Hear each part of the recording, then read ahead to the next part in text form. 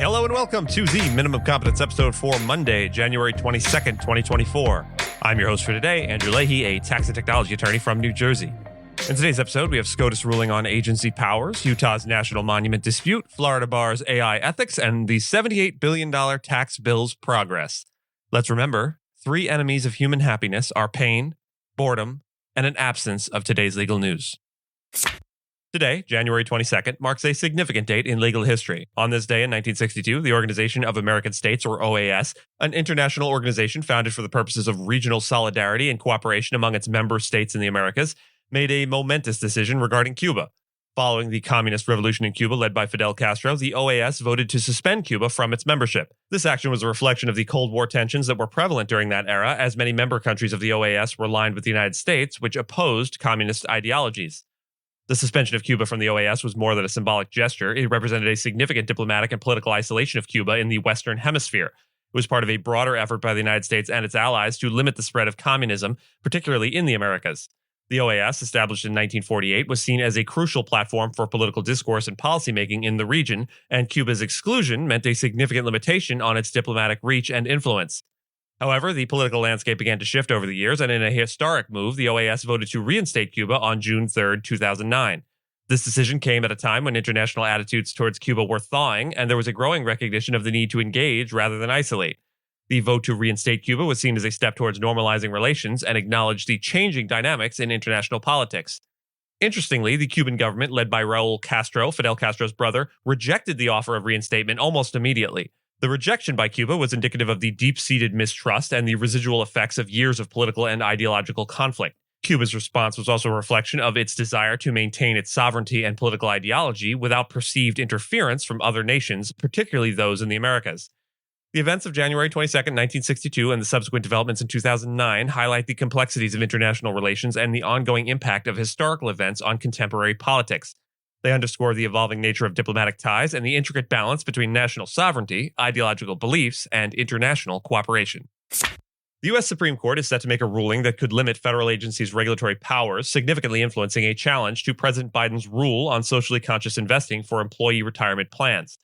This challenge, initiated by 26 Republican-led states, focuses on a Department of Labor rule that allows retirement plans to consider environmental, social, and corporate governance, or ESG, factors in investment decisions. The states have requested the U.S. Appeals Court to delay its decision on the matter until the Supreme Court's ruling. The Supreme Court's decision revolves around the Chevron deference, a legal precedent from 1984 that mandates judicial deference to reasonable agency interpretations of ambiguous U.S. laws. This doctrine is currently under scrutiny in a case related to overfishing monitoring.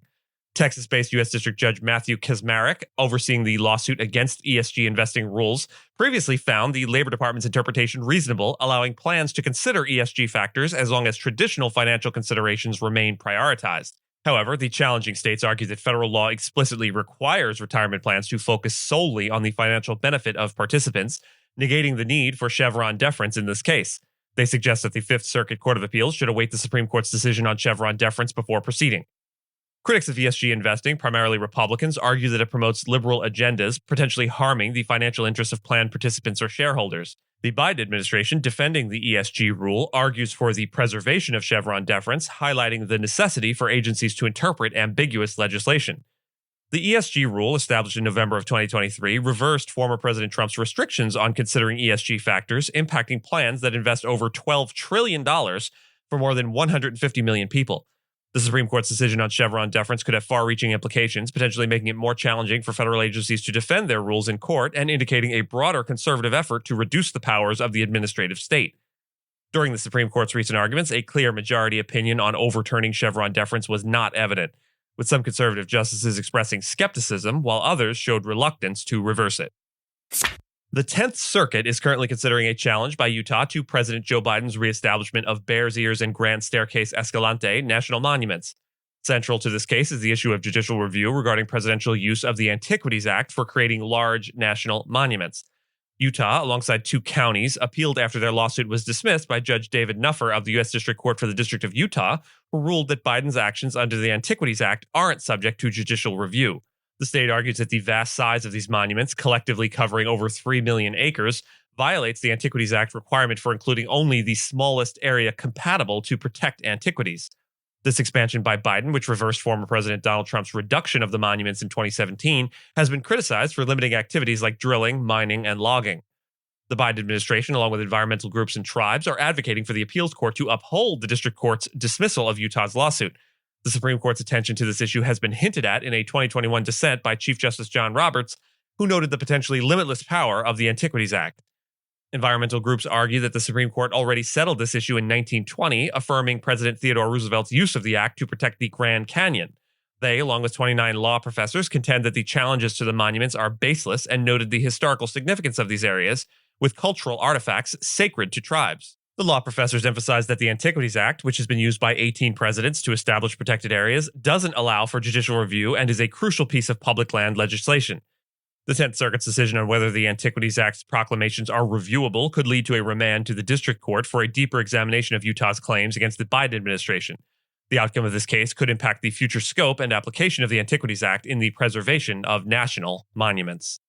The Florida State Bar recently adopted ethical guidelines for attorneys using artificial intelligence, or AI for those in the biz, marking it as one of the first governing bodies to provide such guidance. These guidelines, detailed in an 18-page opinion approved by the Bar's Board of Governors, address various aspects of AI use in legal practice, from reviewing computer-generated work to fee structures and maintaining client confidentiality. The initiative to develop these guidelines stemmed from the Bar President Scott Westheimer's focus on addressing the promise and peril of AI in law. An ethics committee identified potential pitfalls of AI to offer general guidance adaptable to the increasing number of AI tools in the legal industry. Brian David Burgoon, chair of the Board Review Committee on Professional Ethics, emphasized the significance of AI in law, noting both excitement and caution due to its potential to provide a competitive edge to practitioners who use it responsibly. Despite AI being a new technology, the ethical concerns it raises are familiar. The guidance reminds lawyers of the importance of supervising and verifying the work produced by AI, akin to the traditional oversight of law clerks and paralegals. The potential efficiency and effectiveness of AI in legal practice could lead to cost savings for clients and firms. However, the guidelines stress the need for fair pricing, drawing parallels with past rulings on other expenses and overheads. A unique challenge with AI is the risk to client confidentiality, particularly with large language models that might retain and improperly divulge client information. The guidelines advise lawyers to be vigilant and continuously analyze each AI tool's use to ensure adherence to ethical principles. The rapidly evolving nature of AI technology and its growing presence in the legal practice underscore the importance of having ethical guidelines. These guidelines aim to help lawyers navigate both the advantageous tools and the potential problems AI can bring to the legal field. The $78 billion bipartisan business break and child tax credit bill passed the House Ways and Means Committee with a 40-3 vote, signaling a rare moment of bipartisanship in Congress. Despite Republican resistance to more robust child tax credit provisions and a raised state and local tax deduction cap, both parties recognized the bill as a compromise. The committee's chair, Jason Smith, a Republican from Missouri, praised the bipartisan vote, highlighting the potential for cross-party collaboration to deliver tax relief. As the bill moves to the House floor, members from both parties expressed a desire for a swift vote, possibly as soon as January 29th when the House returns. However, Speaker Mike Johnson, a Republican from Louisiana, has not indicated his support for the bill nor his plans for its presentation in the House. The bill might need to pass under suspension of the rules, which limits amendments and requires a two-thirds supermajority, but regular order could allow for further amendments from both parties. In the Senate, the situation is more complex. While Senate Democrats generally support the plan, Senate Republicans, including Senate Finance Ranking Member Mike Crapo, a Republican from Idaho, and Minority Leader Mitch McConnell, a Republican from Kentucky, have remained critical or silent. Some Senate Republicans have concerns about the cost of the child tax credit and the proposed offsets. The bill needs at least 60 votes to pass in the Senate, suggesting possible further amendments to gain Republican support. Timing of the bill's passage is crucial as the House returns on the same date tax filing begins, January 29th. IRS Commissioner Danny Werfel noted the challenges of implementing tax changes so close to the filing season, but expressed confidence, as did Richard Neal, in the IRS's ability to adapt. However, national taxpayer advocate Aaron Collins warned that changes during the filing season could disrupt the process, potentially delaying refunds and increasing IRS call volumes. Collins advocates for a provision allowing the IRS to adjust credits post-filing to avoid the need for amended returns, addressing an existing backlog issue. And with that, I thank you so much for listening to Minimum Competence, your daily news podcast for lawyers. If you're looking for more than Minimum Competence, links to further reading on all the topics we touched on today are in the show notes. And reviews go a long way towards helping new listeners to find our show. If you have a moment and can leave a rating or review on your podcast player, we'd sure appreciate it. And if you know someone that might be interested in a story we cover, consider sending them the episode.